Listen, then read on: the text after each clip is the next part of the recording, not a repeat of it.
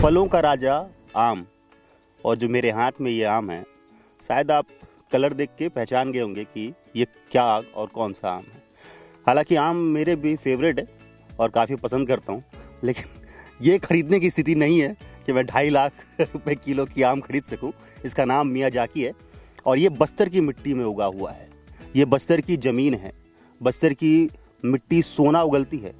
बस्तर में इतने खनिज पदार्थ हैं, इतने खनिज संपदा है, पहाड़े हैं, हर चीज़ मिलेगा आपको। सोना, चांदी, हीरा, हर चीज़ यहाँ बस्तर में मिल जाएगा। लेकिन इसी बस्तर की मिट्टी ने भी इस मियाजाकी को उगा दिया है और ये बता दिया है कि बस्तर की मिट्टी काफ़ी उपजाऊ है और यहाँ पर कोई भी पौधा उग सकता है।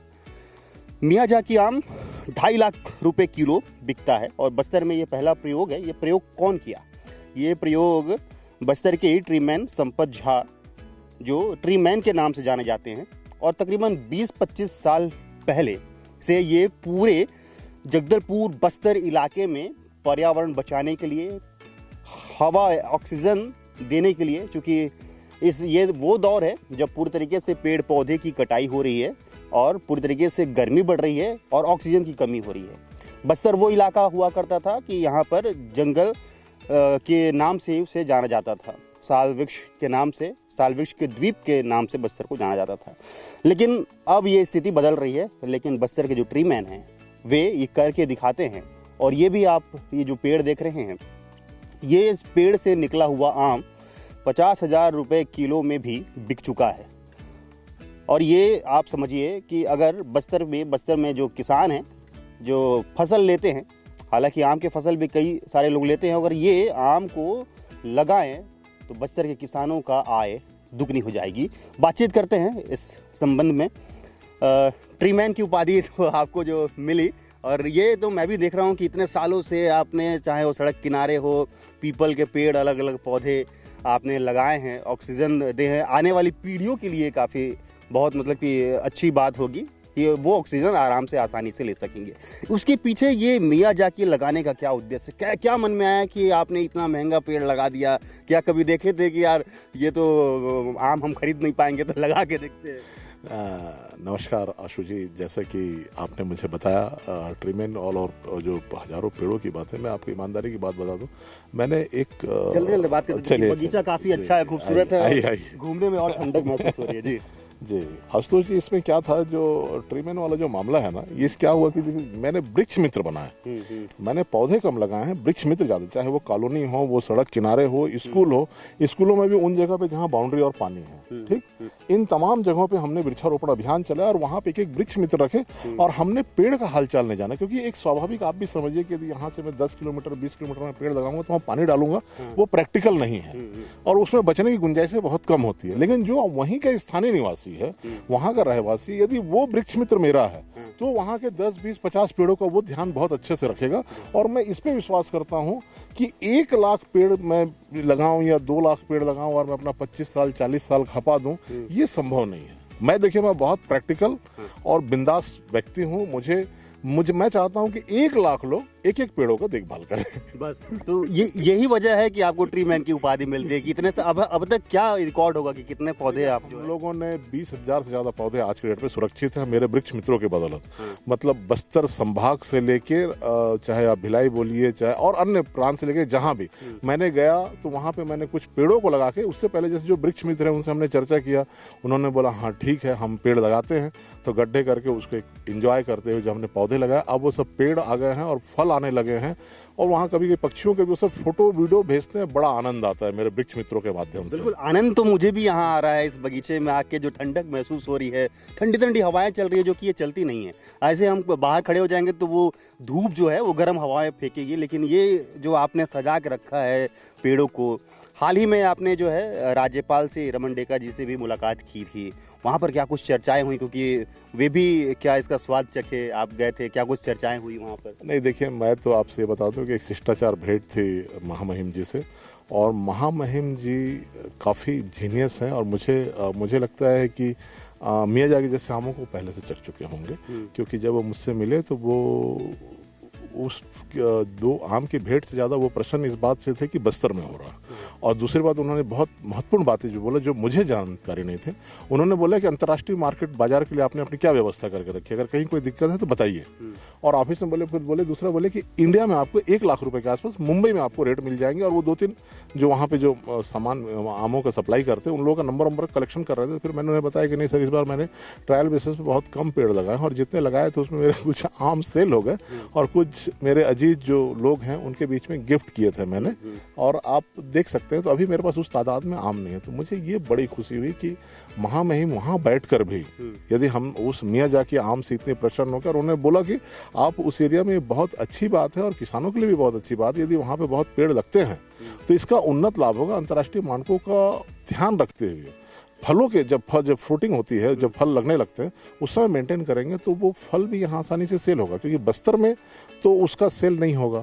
अभी आपने बेचे भी थे, वो कौन खरीदा था और कितने में बेचे? मोदी जी थे, अपने उनके भाई का जन्मदिन था, वो काफ़ी जानकार थे, सुलझे हुए थे। वो आए थे तो उन्होंने काफ़ी बताया, बोले इंडिया में कहीं 70,000 से लेके 1 लाख रुपए है, कहीं 35,000 रुपए, किसी जगह पे समर्थन मूल्य इसका 3,000 रुपये, अलग अलग रेट बोले। तो मैंने उनसे पूछा कि, तो वो बोले कि आप मुझे भी 1 किलो आम दे सकते हैं क्या? तो मैं बोला आप ले लीजिए, क्या रेट देंगे? तो उन्होंने बोला कि मैं 50,000 रुपये दे पाऊँगा। तो मैं बोला ठीक है, क्योंकि वो इस बात से बहुत खुश थे कि यहाँ के किसानों को अगर मान लीजिए इस टाइप से आम हो रहा है तो ये सबके लिए अच्छी बात है। क्या विजन है आगे आने वाले समय में? जैसे आपका बातचीत हुआ राज्यपाल से तो उन्होंने भी कहा कि इसका जो है क्या अंतर्राष्ट्रीय सप्लाई, मतलब कि वो मैंने तो लाइसेंस को बोले बहुत फॉर्मेलिटी है, वो सब कर लोगे और पैकिंग का ध्यान रखोगे तो इसके रेट आपको बहुत अच्छे मिलेंगे। तो आगे क्या विजन है? क्योंकि अभी तो आपने शुरुआती दौर में ये टेस्टिंग के लिए लगाया था 3 पौधे कि सरवाइव कर पाते हैं या नहीं कर पाते, परिणाम सामने है, आगे क्या विजन? देखिए आगे विजन ये है कि जो हम लोग का वृक्षारोपण जो अभियान है वो तो जारी है, लेकिन इस बीच मैंने मियाजाकी ही नहीं, व्हाइट जामुन है, एवोकाडो है और कुछ ऐसे ऐसे पेड़ों को भी मैंने अपने स्थान दिया है। और मैं कोशिश करता हूँ कि हाँ, ये एवोकाडो है, देखिए ये एवोकाडो, ये पर पीस 150 रुपये, 200 रुपये, 250 रुपये में मिलता है ना।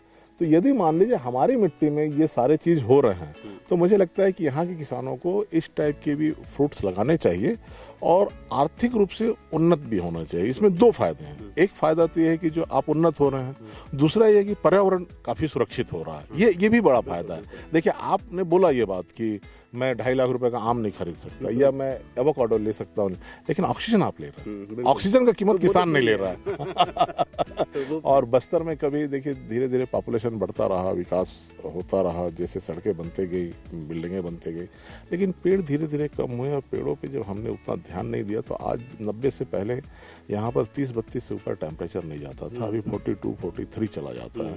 तो इसका कारण सिर्फ और सिर्फ एक ही है कि वो पेड़, जैसे एक पेड़ माँ के नाम पे भी जो लगाए जा रहे हैं, तो मुझे लगता है कि उन पेड़ों के साथ साथ ना एक जिम्मेदारी, और जैसे छत्तीसगढ़ में 2 करोड़ 2.5 करोड़ पेड़ लगता है, तो मुझे लगता है कि एक साथ मिशन लेके यदि पेड़ लगाते हैं और 3-4 साल उसके सिर्फ हर साल मेंटेनेंस की बातें होंगे, तो मुझे लगता है कि वो पेड़ वृक्षारोपण भी बहुत सफल होगा।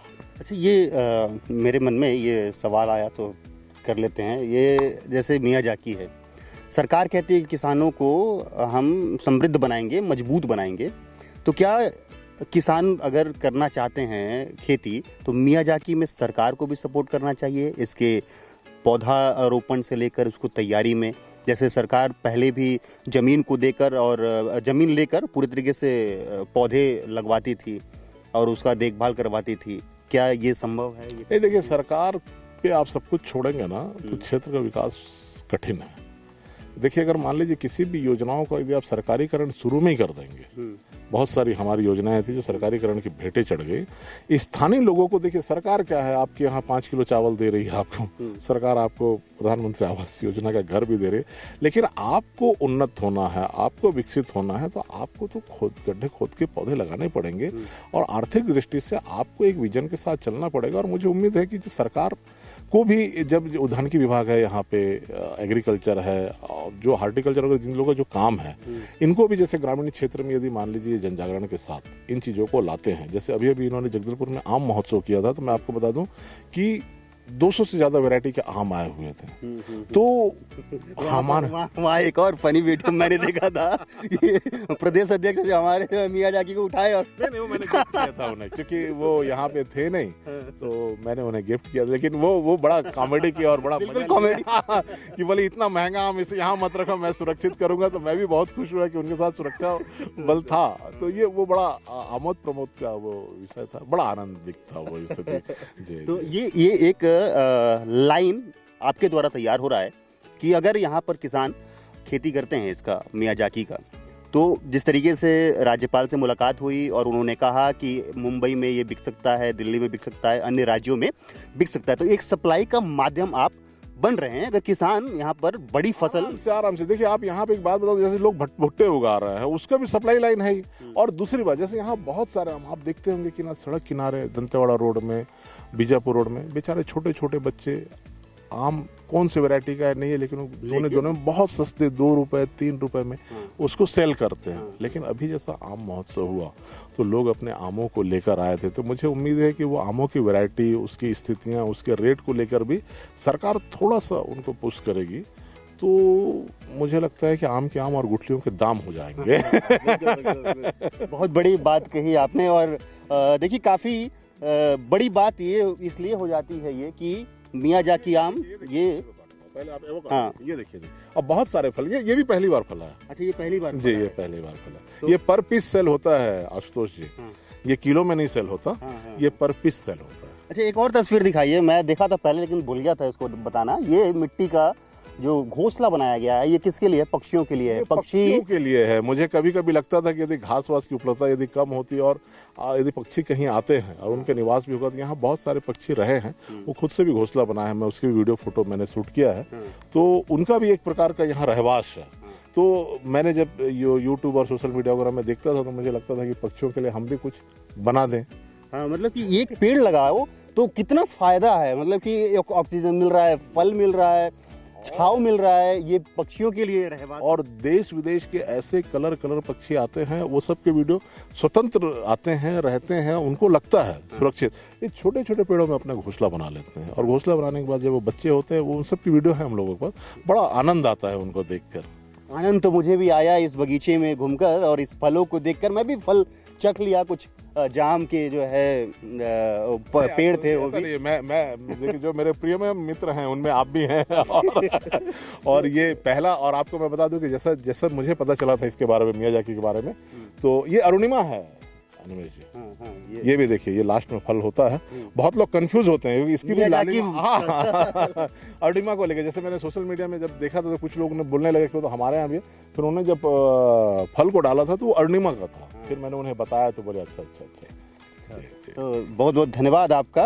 देखिए कि किस तरीके से इन्होंने बताया कि मियाजाकी का अगर खेती बस्तर में किया जाता है तो एक बहुत बड़े एक माध्यम के रूप में संपत झा जो है ये उभर कर आएंगे। चूँकि राज्यपाल से इनकी चर्चा भी हुई है और अलग अलग राज्यों में इसको बेचने की जो है वो बात भी हुई है। तो बस्तर के किसान अगर इस फसल को लगाना चाहते हैं, इस आम के पौधे को लगाना चाहते हैं, तो ज़्यादा समय नहीं लेगा। 4 साल के बाद ये फल देना शुरू हो जाता है। और आप यकीन मानिए कि आप अपने बगीचे में अलग अलग आमों को ज़रूर लगाए होंगे, लेकिन वो जितना आपको फ़ायदा दे रहा है, जितना वो आपको कमा कर दे रहा है, उससे तकरीबन डबल से भी अधिक जो मूल्य ये मियाजाकी आम देगा। और ये तो इस पर प्रमाणित हो गया है कि बस्तर की भूमि इसे उपजा सकती है, इसे पैदा कर सकती है, क्योंकि ये परिणाम सामने है। ये आम को आप देख रहे होंगे कि ये पूरी तरीके से सामने है। बस्तर में सिर्फ वो बारूद ही नहीं, बस्तर में अब ये ऐसे आम के उत्पाद भी होते हैं जो जापान में हुआ करते हैं, और वो जापान का भूमि बस्तर बता दिया कि आप यहाँ पर कुछ भी लगाएं तो वो जो धरती है वो पैदा ज़रूर कर देगी। देखने वाली बात ये है कि क्या इस आम से और ये ट्री मैन से बस्तर के किसान प्रभावित होते हैं। बस्तर के किसान मियाजाकी का पौधा लगाते हैं और उसके बाद से बस्तर समृद्ध होता है या नहीं। कैमरा पर्सन राजा साथ आशुतोष तिवारी, लल्लूराम.com, जगदलपुर।